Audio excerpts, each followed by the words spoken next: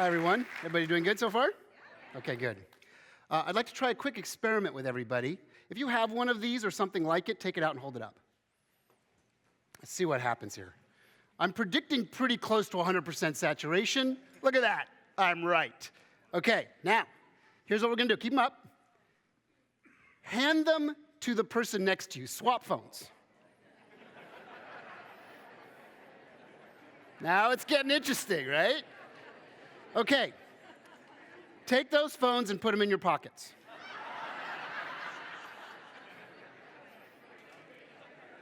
You feeling a little nervous, a little uncomfortable? Right? Something going on? I just set the stage for something that I like to call the Augmented Human.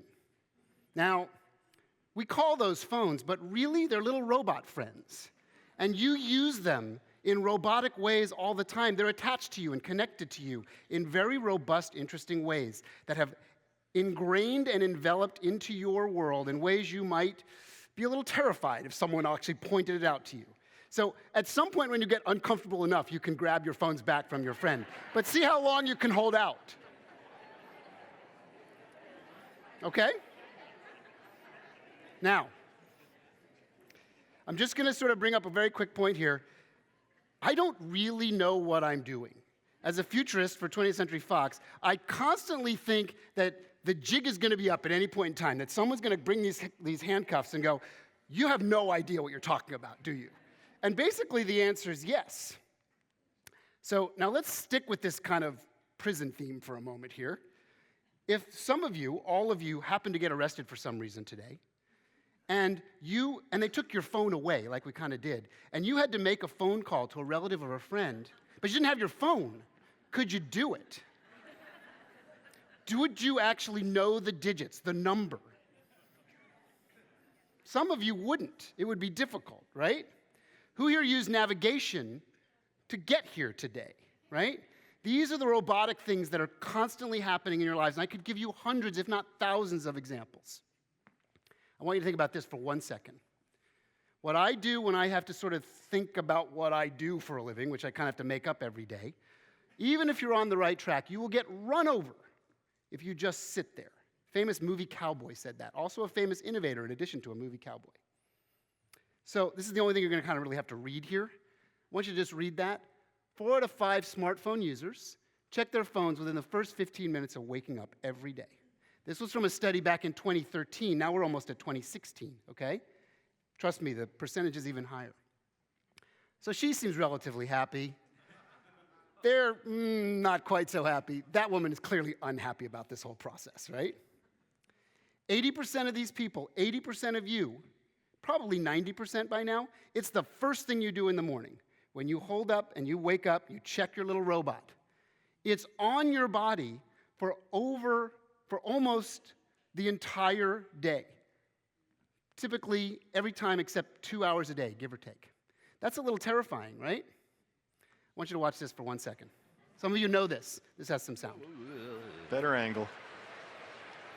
Oh, check it. Did that come out okay? That's the best one of the 300 pictures I've taken of myself today. Every girl in the picture is locked into her phone.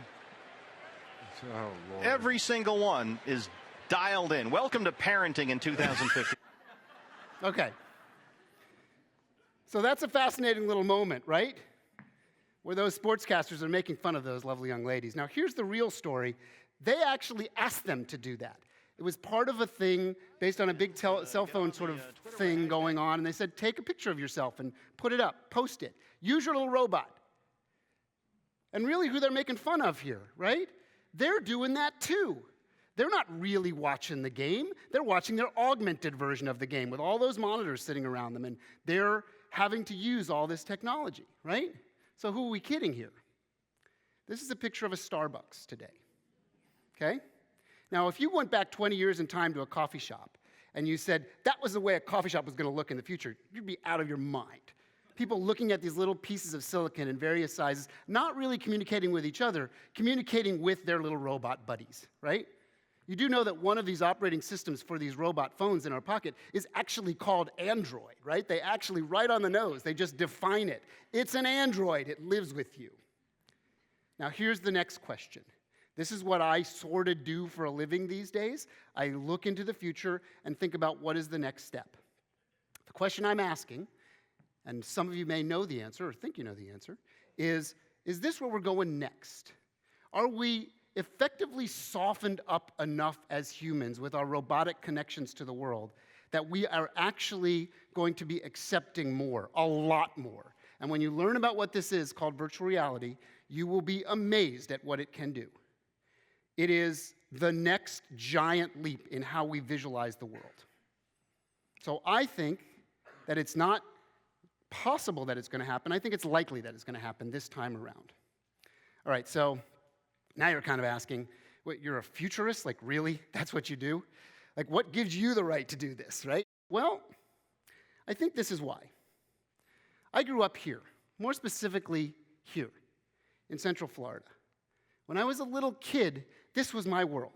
We moved from Brooklyn. I was this little Jewish kid, moved from Brooklyn, and I got planted here. Literally the next day, metaphorically, I woke up, and that was my world. It changed. And I lived in the future. I lived in the world of change. Dynamic, effective, insane change. All day long, every day. I worked there, I lived there, all my friends worked there. It was a thing. It was my thing. I came from the world of the future when I was a little kid. I grew up in the shadow of the space race. My uncle worked for NASA. I was deep in this stuff.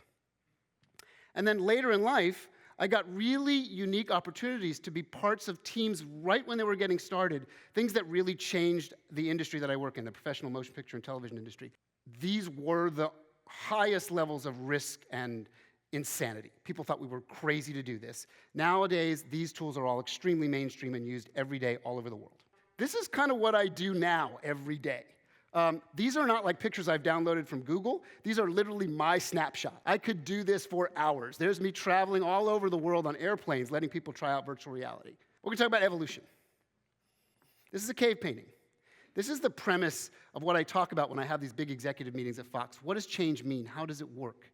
Well, the minute we figured out that we could make an immovable object where we were telling our stories, and someone had this brilliant idea of we could actually put that on a piece of lambskin and make it portable, and we could tell our stories to more people that way, that became the premise of all evolution to date. I'm going to give you some more examples. That was considered a portable typewriter. It actually says it right on there.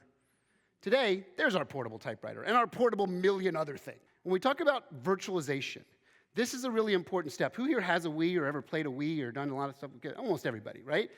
Believe it or not, this was your first sense of true virtualization in your home. This was not really a game. That's your grandma, and she's bowling in her living room. You're playing tennis in your living room. This was virtualization. It was a step towards softening us up, right? Who here has a home stereo? A few of you. Who's turned it on recently? Probably not, right? So here's evolution and change in action. This company had it all going on. They owned the portable music business.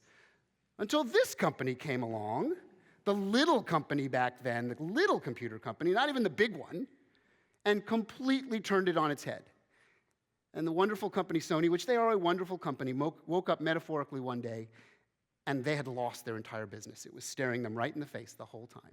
They woke up, and 90% of their business was gone, and it went to Apple. Interesting. Now, in my world, on the visual side, change happens all the time, too. Who remembers this kind of Blu-ray DVD war?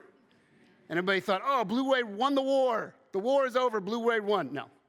Blu-ray lost even before they won, because all this electronic, non-media stuff happened right as that war was going on. And by the way, if I had another slide machine over here and there was something else that's going to disrupt that stuff, that's coming. We don't know what it is. Well, I kind of have some inklings, but we don't know what it is yet. Now, in the world of home consumption media, that's a big area of change as well, right? We went from this to this to this to this, and now we've got home cinema, and it really is home cinema. You can watch movies in your home, and it feels like movies. So what does the movie industry do, the industry I work in every day, have to do to keep pace, to think about how do we figure this stuff out?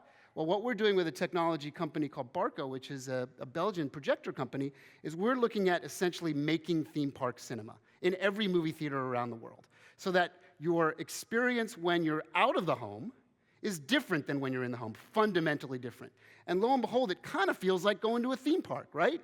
Interesting that that was my early life, was living inside a theme park. So everything kind of comes around. If you really want to be a futurist, all you got to do is kind of look in your past every now and again, and it kind of all works out.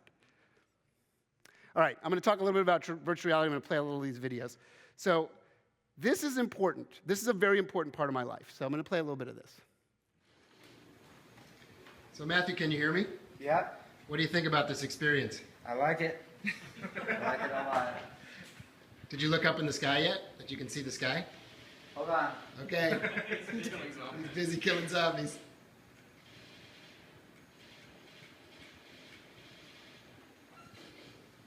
Sky's Oh. cool. So that was my all-in moment 2 years ago, and VR has moved quite a ways from this whole sort of primordial rig here.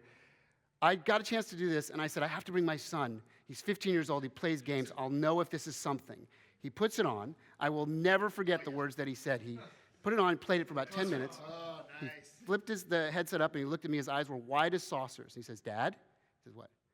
I'm never playing my Xbox again. Boom, headset went right back on. That was it. I went back to the studio. I'm like, we are doing this. I am all in. And that was the story. Interestingly enough, this is not our first turn at the wheel at this thing called virtual reality. If you look at the dates of these magazines, 1995, VR goes mass market. Well, didn't quite work out that way now, did it? The question I keep proposing is, are we ready now? How are those cell phones doing in all everybody's pockets, right? Are you ready? Are you ready to feel what this is like? I think you are. Now, this is where we sit today, okay? All those smartphones that are God knows where they are now, they look a lot different than this.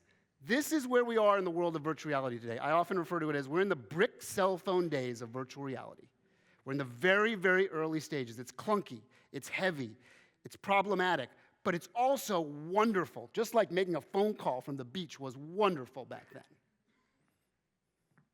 But here's really where we sit in the world of virtual reality. It's a bit artificial so far. Next year, we're all going to learn what's going to happen. All the headset manufacturers are getting ready. The race is basically, we're all staging, and we're all getting ready to hit the go gas. The first one that's really coming is from Samsung. It actually ships right now. You can actually pre-order one of these for the holiday season for your kids or for yourself. So all next year, we're going to learn. Were we right or were we wrong about this?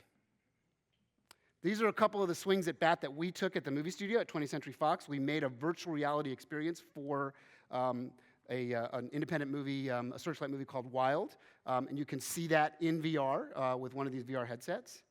We're currently working on this project. If anybody saw this movie, it's a wonderful movie. It's an even more wonderful book. And we're working on an amazing virtual reality experience to extend the story beyond the movie. We actually call it Piercing the Story. We're now going to bring you into the world of The Martian. And by the way, on the topic of books, if you want to know what the original virtual reality experience was, read a book. A book sets a stage and it takes you someplace. That's what virtual reality can do with technology.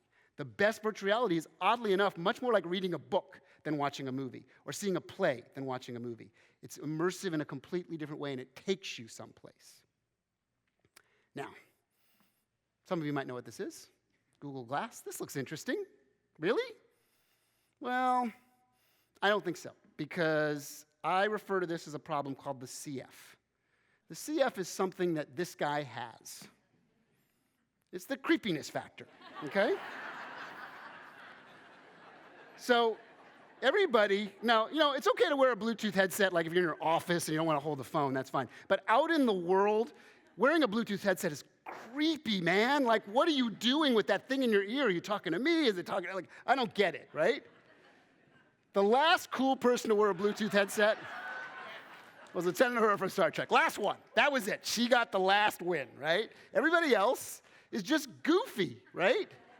And Google Glass, with all the wonders that Google could do to think through it, they missed the sociology and they missed the human factor. They didn't get the fact that an outside experience where you're kind of gathering data from the outside world, whether it's an audio thing or a video thing, is really creepy to people.